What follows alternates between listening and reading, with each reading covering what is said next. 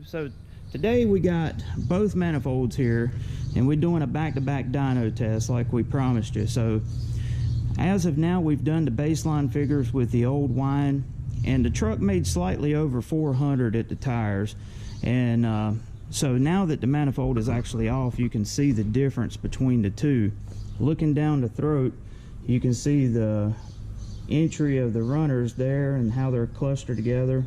And then you come over here and you see the new one and how much larger cross section you have there. So the main question is, will that make more power?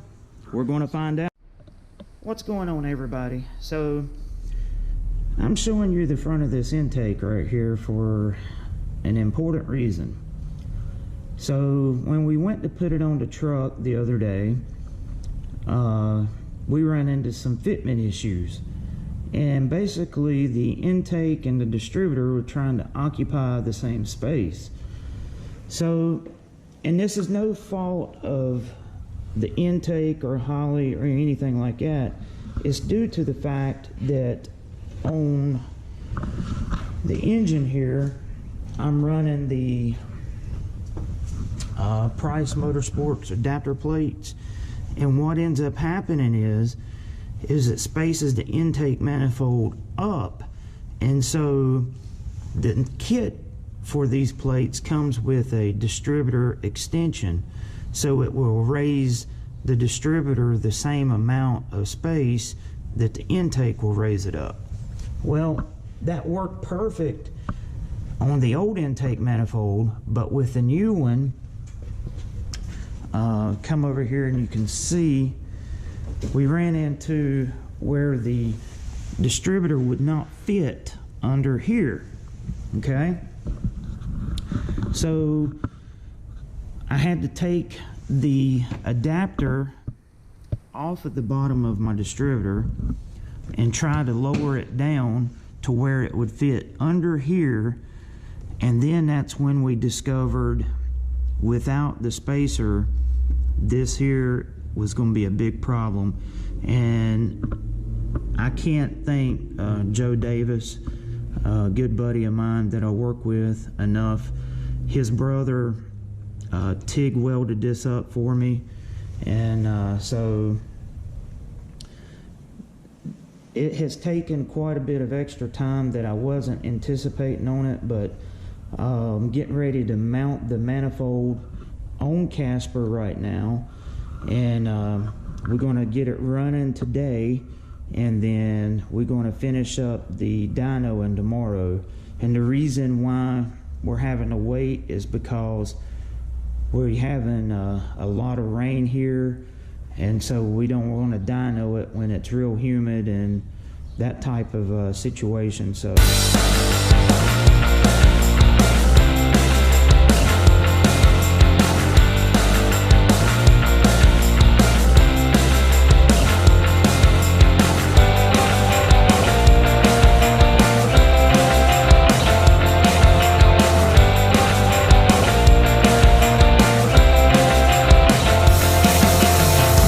we've got this thing wrapped up.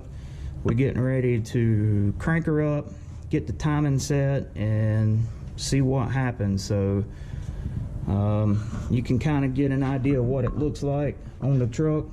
It does set up higher than the old intake did, so it's something to consider. And you can see down here the clearance issue that we had with the distributor is taken care of, but it's still pretty tight down there.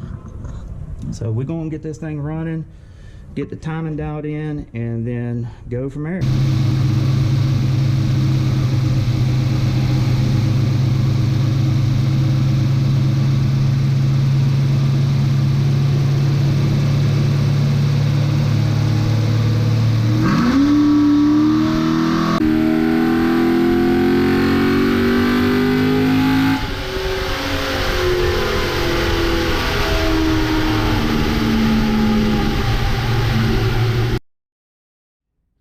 Folks, so we just finished up dynoing this thing. Now, you know, anytime you do any kind of dyno testing, it's always best to try to rule out every variable that you possibly can.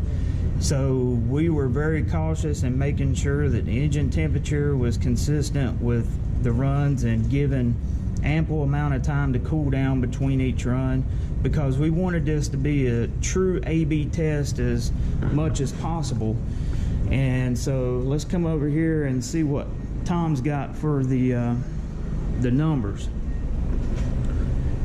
Okay, you can see right there we baselined the old intake had 408.72 horsepower and 383 foot-pounds, and with the new one it went to 422 and 396. Now, one thing I want to show you that's real important is when you've got vacuum secondary carbs, you can see that little dip right there, and Tom's going to pull up the next graph and then we will explain what we did.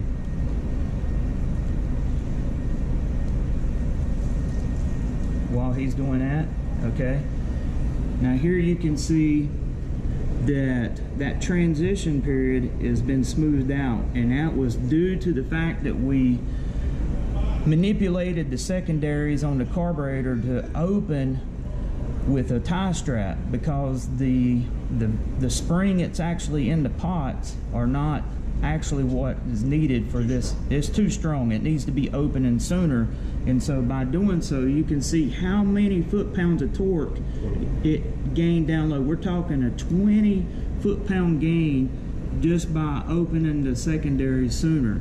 So that begs the question, you know, what would happen if we had a good set of double pumpers on here? So, you know, maybe that's something for another day, but you know, the new Holley high ram is definitely worth its weight in power. I mean, the numbers don't lie, and when you gain those kind of numbers at the rear wheels, it definitely makes a big difference.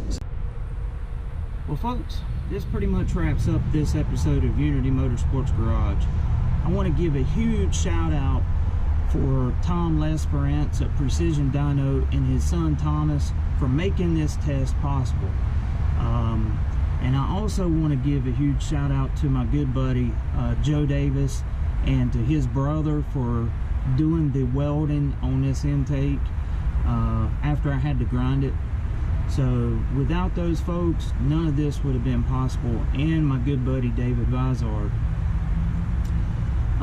You know, we learned a lot in this test. You know, we learned that this manifold out of the box, no grinding on it whatsoever, is worth 14 foot-pounds of torque and 14 horsepower at the rear tires more than its 50-year-old predecessor, and we had nearly 80 hours of grinding in that manifold. So that gives you an idea of what kind of caliber this intake is. And don't forget the torque down low under the curve that we gained that was nearly 25 foot-pounds. So that is something to always consider with this situation. Now, is this combination right for everyone? No, but this here is a great test of new versus old, and to my knowledge there hasn't been a test done like this on YouTube comparing the new Holley high ram to the old Weiand high ram. And so I was just really ecstatic to be able to pull this test off and find out just how much that intake is worth. So until next time, this is Unity Motorsports Garage. Don't forget to like, subscribe, and tell me in the comments what you want to see tested next. Until next time, this is Andy. Have a good one.